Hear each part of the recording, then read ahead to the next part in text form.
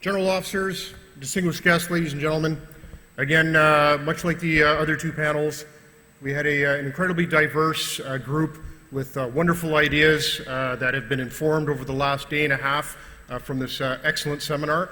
I will do my best in the next 15 minutes to convey these ideas.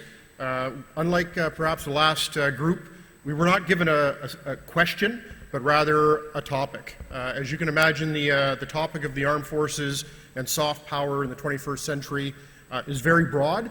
Therefore, what I propose to do is very briefly touch on some of the key wave tops of some of the excellent discussion that we had. To begin with, our most salient points that came up in our group is first and foremost, soft power and the armed forces is not a new concept. In our group, we had officers that had upwards of 30 years of experience. This is not new. They've done this as platoon commanders, company commanders, battalion commanders, and so on. So again, this is not a new concept, and certainly something that most militaries have been executing for many years. We find the terminology is not generally helpful. We talk about soft, hard power, robust peacekeeping, smart power. So we sometimes trip up in the language about exactly what it is we're meaning. However, we generally have a good understanding of what it means about soft power. And this kind of rolls into the next key takeaway, is ultimately armed forces exist to deliver hard power. And that's something that we wanted to make very clear, that as we discuss soft power, we can never forget that. Our potential to be used as an instrument of soft power really lies in the fact, in the capacities and the skill sets that we develop for training for and applying hard power. It's often that potential to deliver hard power that backs up what we use to be able to influence other actors.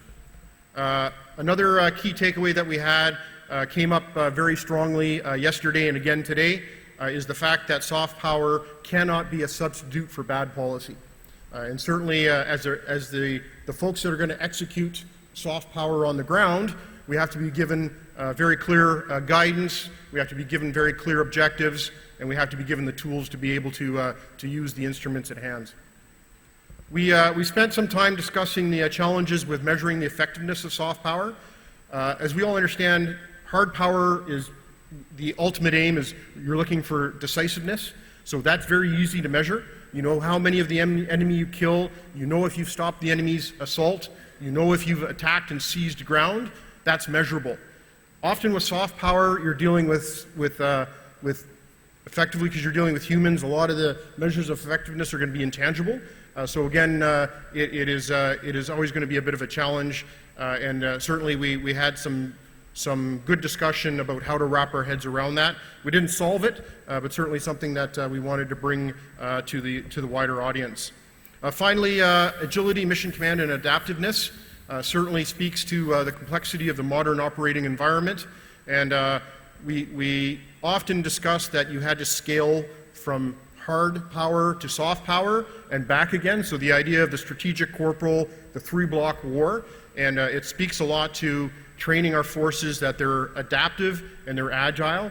Certainly we've heard very excellent examples today of the Sri Lankan experience, the ability to cease operations immediately and then transition immediately to reconciliation and reconstruction activities. So that is the central piece that we wanted to convey as well. So again, you're all familiar with some of the pictures that depict hard versus soft power, and really it transitions back and forth. Again, within the group that we had, all of us have had experiences in all of these. So we could put ourselves in all of these different scenarios, and certainly that's what our forces of all the countries represented here today are doing. We wouldn't be able to give any type of presentation at an academic forum if we didn't have some type of initial cut at a model.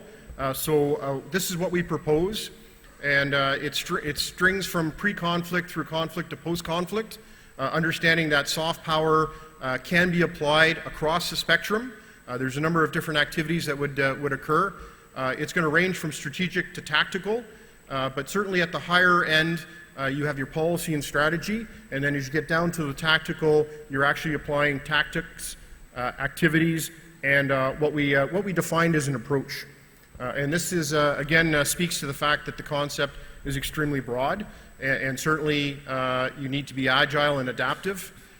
Within this that you're going to see very shortly, there's a number of different tasks, a number of different policies that can be interjected into each one of the quadrants. Well, I guess it's not really a quadrant, but into each one of the boxes, depending on where you are in the spectrum. So again, we offer that up. We obviously didn't have time to bring this to its full thinking, but certainly this helped us frame the very broad subject. We wanted to convey here that obviously the modern operating environment is extremely complex. We know that we face a number of threats. We also face a number of opportunities. We always need to look at it from a positive aspect. The central message that we wanted to convey is very, very obvious, and it came out very strong in the first two presentations. Hard power cannot be the only solution. Not every problem is a nail, and certainly soft power has a role to play in a number of these threats and opportunities. Again, this is not new to any of us.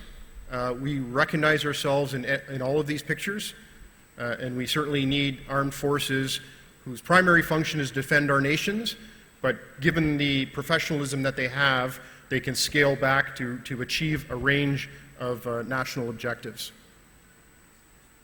Again, you're very familiar with a lot of the tools that we have at our disposal. And it's all about attracting and influencing. This leverages a U.S. publication circa 2009, and effectively it speaks to the fact, and what we wanted to hammer here is that soft power cannot always be the easy button. It can't be the easy solution to a hard problem. So you still need to do your proper assessment, your proper planning, and very clearly identify what your objectives are, and then be able to assign tasks to your military personnel that can be achieved using soft power.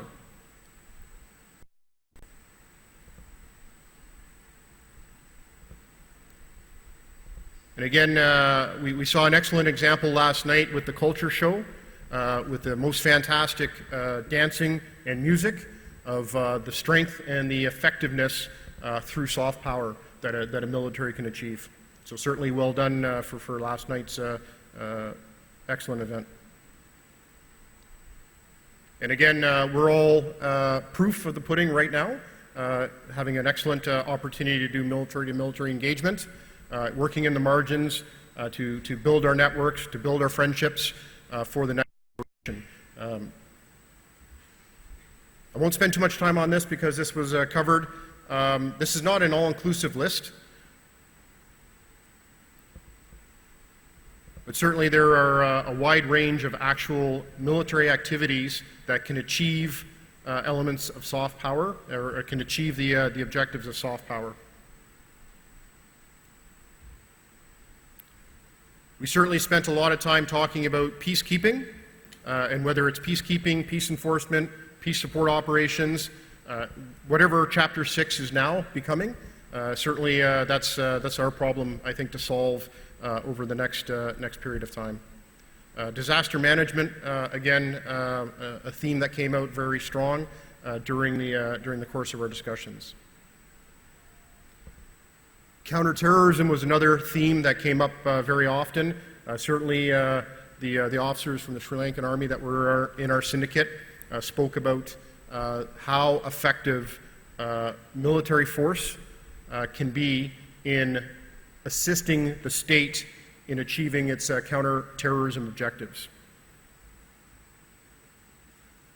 And certainly, much like a hybrid model, you would need elements of hard power and elements of soft power.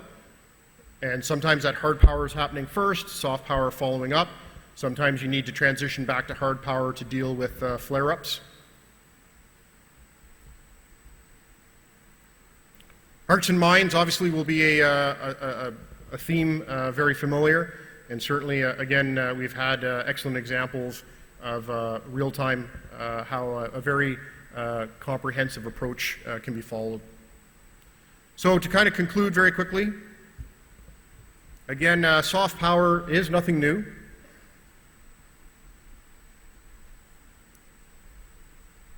It's something that militaries are going to, or governments are going to continue to demand of us. So certainly it's something that we have to be prepared for, and something we have to balance with, within our finite resources. And we'll end with a fantastic quote. So, ladies and gentlemen, thank you very much.